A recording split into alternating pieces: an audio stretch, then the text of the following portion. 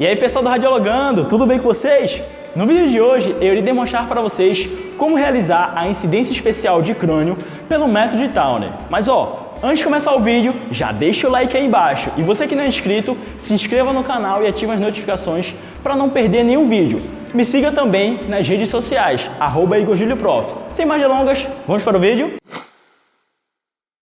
Bom pessoal, a pedido de muitos inscritos aqui no canal, bem como também lá no meu Instagram, iremos agora começar a postar as incidências especiais de crânio.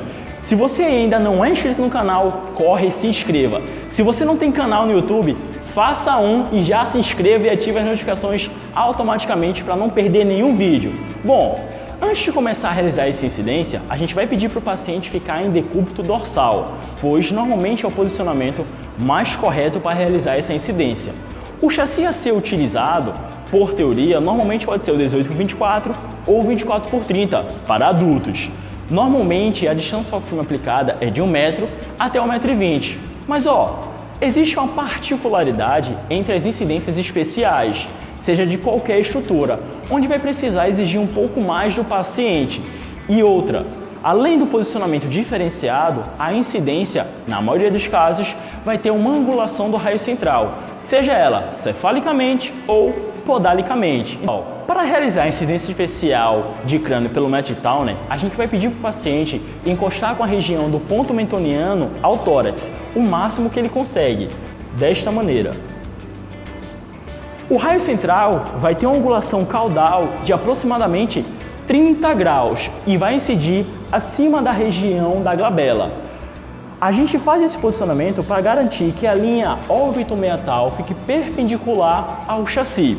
Feito este posicionamento, a gente agora vai precisar alinhar o receptor de imagem, ou seja, o chassi, em relação à linha do raio central. Por quê? Percebam que aqui no terço superior está cortando parte da estrutura. Só que a projeção da imagem vai ser mais para frente, devido à angulação que é dada. Então a gente não vai deixar o chassi de acordo com a estrutura do paciente, e sim com a projeção do raio central. Característico desse exame, é importante com que o dorso da célula turca apareça dentro do forame magno, e a imagem apresentada é de acordo com o que está aí sendo mostrado na tela de vocês. A distância foco-filme aplicada é de aproximadamente 1 metro a 1,20 m.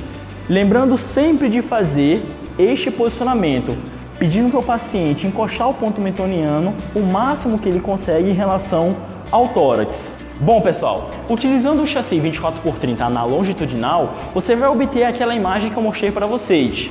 Nota, percebeu que a posição do paciente em alguns casos pode ser desconfortável?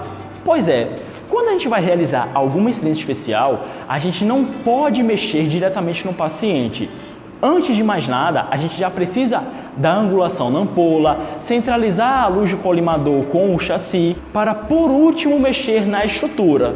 Pois, se o paciente for um paciente idoso e não conseguir fazer esse movimento, provavelmente se você posicioná-lo antes de fazer tudo isso, na hora de realizar a exposição, ele pode se mexer e daí você vai ter que fazer tudo de novo. Então, a fim de evitar isso, mexer no paciente é a última coisa que a gente faz antes de fazer a exposição. Se você aí ainda tem alguma dúvida, deixa aqui nos comentários que eu mesmo vou responder para vocês. Ou siga-me também nas redes sociais, @IgorJulioProf, onde você também poderá tirar todas as suas dúvidas, beleza? Até o próximo vídeo, pessoal. Valeu!